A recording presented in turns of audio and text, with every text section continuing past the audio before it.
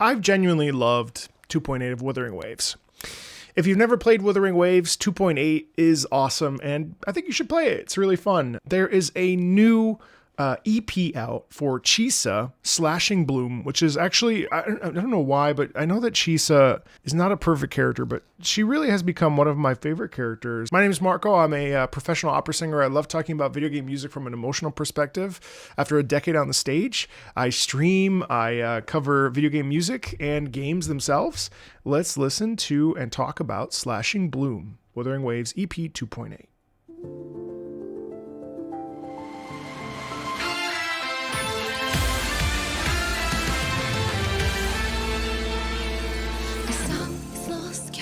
Be heard no matter how hard I try.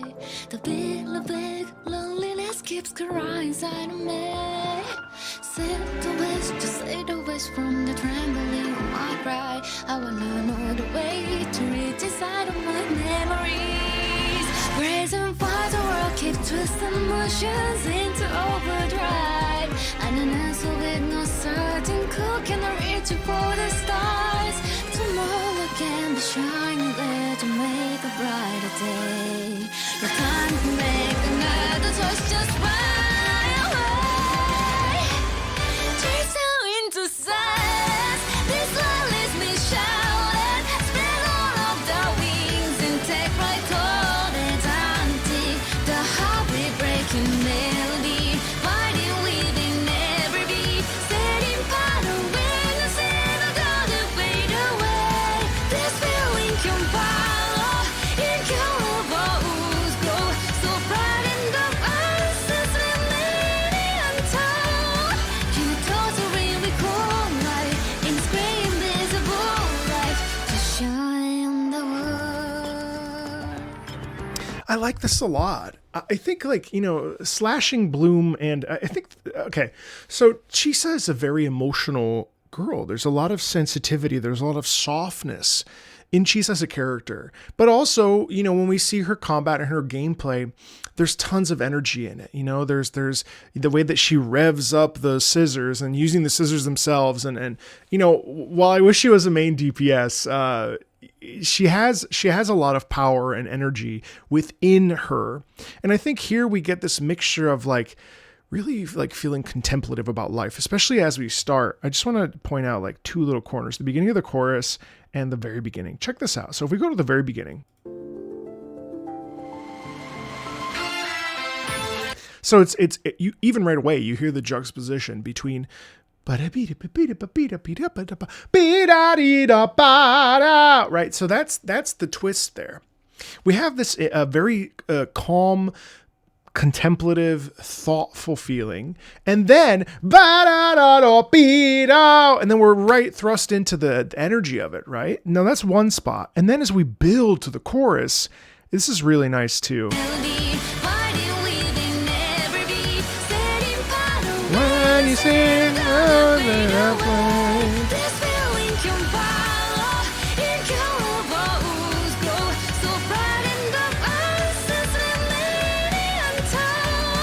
so we're just wanting a little bit of like clarity on what life is like. And I think, like, honestly, this is very in line with being a teenager, being a young adult, being in your early 20s, whatever, trying to navigate the world, like trying to figure out like why things are the way they are, and like, you know, asking questions about life, the bigger picture stuff. And I think like it's just really nice. There's a lot of gentleness in the singing, but there's also a lot of gentleness even in the way that it's proclaimed. It's very shouted. It's very like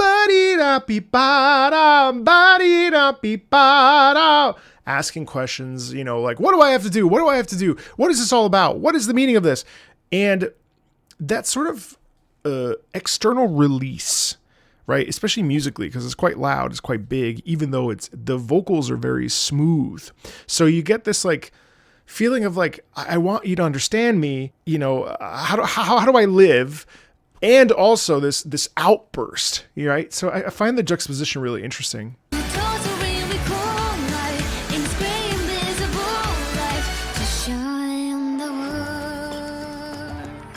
And that's where that internal question is.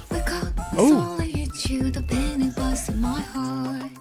Fake it high, it's just the only way to lead the deep inside.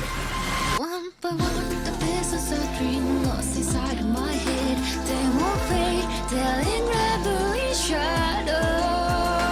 And I don't know behind the bliss, I'm still the door beyond. Also, I find the distortion kind of interesting because it reminds me of the whole like sonorosphere, the whole Honami business, right? Like it almost feels like there's this sort of like double-edged life to her. Like she has her life where it's just like her asking these inquisitive questions, and then as we continue with the song, there's this feeling of being like locked in, or almost the muffled quality traps us as if we're in the sonorosphere ourselves, right?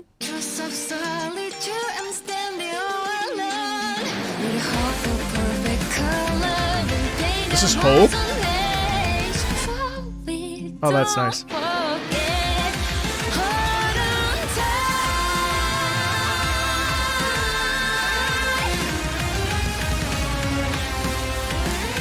See, and right there, that's power. That's power of Chisa. That's her willingness to be like, you know what, doesn't matter. It doesn't matter that I'm stuck in Honami for, I'm going to find my way out. There's a determination in that sound, right? Ba-dee-da-dee. It's nice. It's also really nice because it has this wonderful electric quality. You know what's interesting is that as I get older and as I kind of expand my musical palette, in some ways I actually like EDM and electronic music more than classical. Well, even though like I have like 14 years of classical, like deeply entrenched in the classical world, like I actually in a lot of ways prefer EDM now and electric music. It's just, I love the energy in this piece. And I also love that like you do get some characterization. I can't necessarily make heads or tails of the lyrics besides like her like really wanting to, be understood and connect with the bigger picture of the world and like why things are the way they are and asking those kinds of questions. But also, I just love the energy of it. And I also love that we're balancing out these softer moments and something that's a little bit more introspective, saying like, gosh, like what is going on here? And then the flip side is, whatever, like I'm going to live my life, And just raindrops, the air's lying untouched. Once you're in the distant coda, play for your harmony.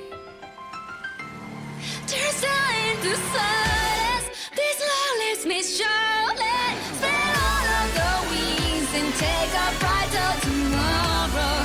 The heartbeat breaking melody, body within every beat. Steady flowers when I see the future you're living. This feeling can fly, it can let both go. The darkest night dancing with you. When it's gentle blaze of moonlight, illuminating silver sky. Whenever shine within its reach, to shine your blooming day.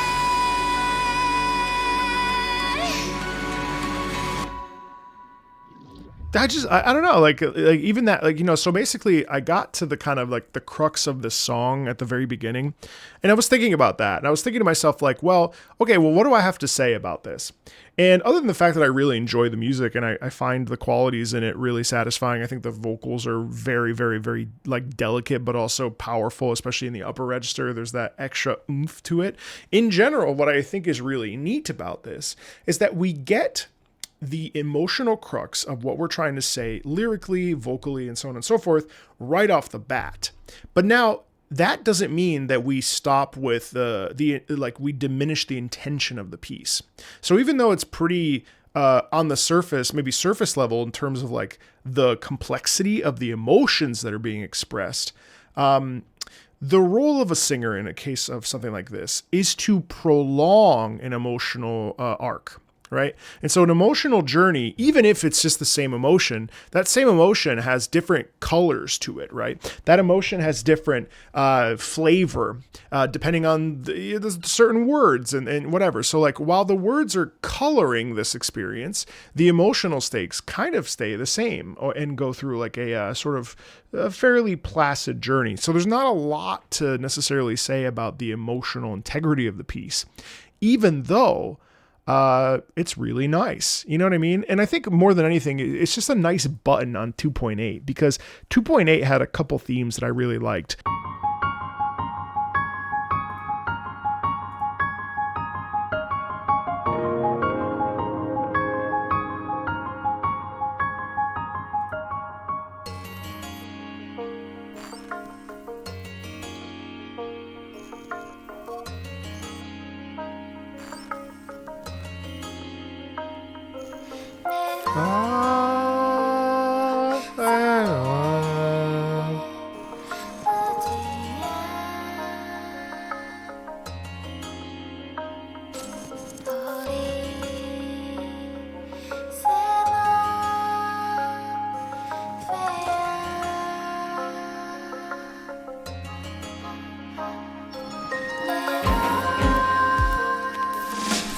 Ba ba bum. Love the way the strings accentation there. The string accentation there is so nice. Da da da. Well, they don't do it that time, but.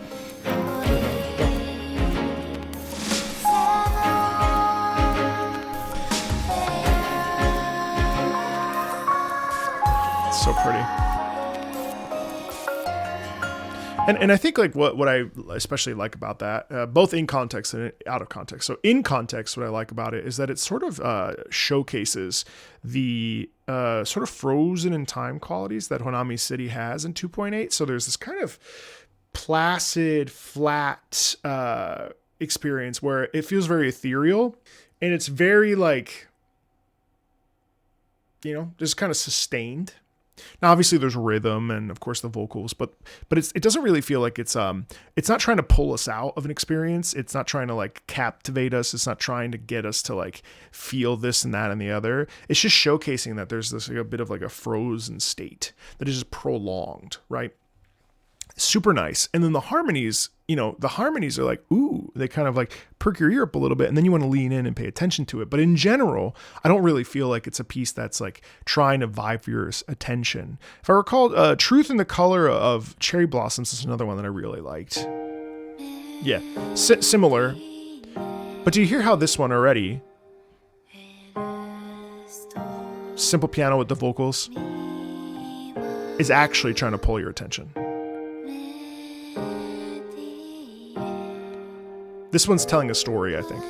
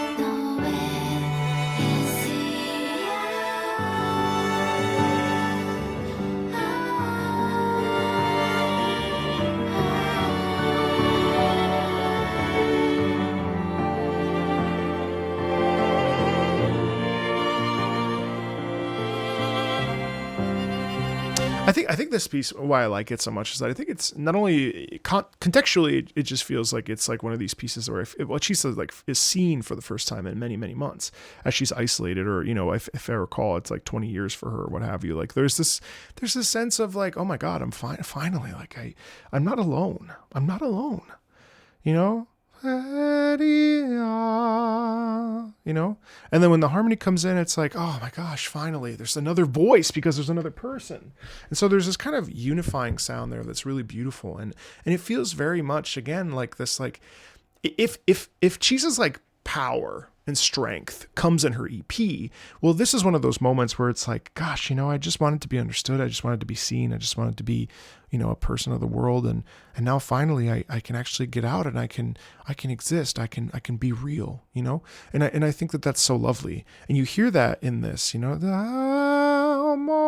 and then out of context is just freaking nice. You know, it's just a piece that you can just put on and fall asleep to even, or, you know, go for a nice walk and just like kind of reflect on your own life. Or like, you know, while you're cleaning or something, there's a real like peaceful essence to it that's just so nice. Overall, like I'm just so excited about Wuthering Waves, and 2.8 was a real highlight for me. In fact, obviously, I honestly, in of the 2.0s, I think that it's up there for me. It's definitely in the top 3 moments of 2.0. I'll probably 2.2. 2.5, 2.8, I can't remember all of them now. I mentioned them in my review, but yeah, just lovely stuff, isn't it? I'm so excited for this. Also, this sound. I'm kind of excited to move out of this classical sound and move into maybe you know, some pseudo classical with EDM elements. You know, full like sort of not J-pop, but like, just a more happy pop sound with EDM in there as well, electronic stuff. I'm really excited about all that for 3.0. Thanks a ton. Thanks for an amazing year. Wuthering Waves family, Wuthering Waves community, and I am a part of you. I've been a part of this since day one. It's been amazing, really. Just I love this game. I think it's a delight to play. It's a super nice time, and it's been great to grow with you all and find a part of the Wuthering Waves community that is also a part of the Meatball community. And if you want to join the Discord and chat with the Wuthering Waves community that's all like-minded and enjoys chatting about the game, feel free to check out the Meatball Kingdom. Come support on patreon.com/MarcoMeatball if you like watching anime and other stuff, or want to suggest some music to listen to. Thanks a ton, and I'll see you later. Bye.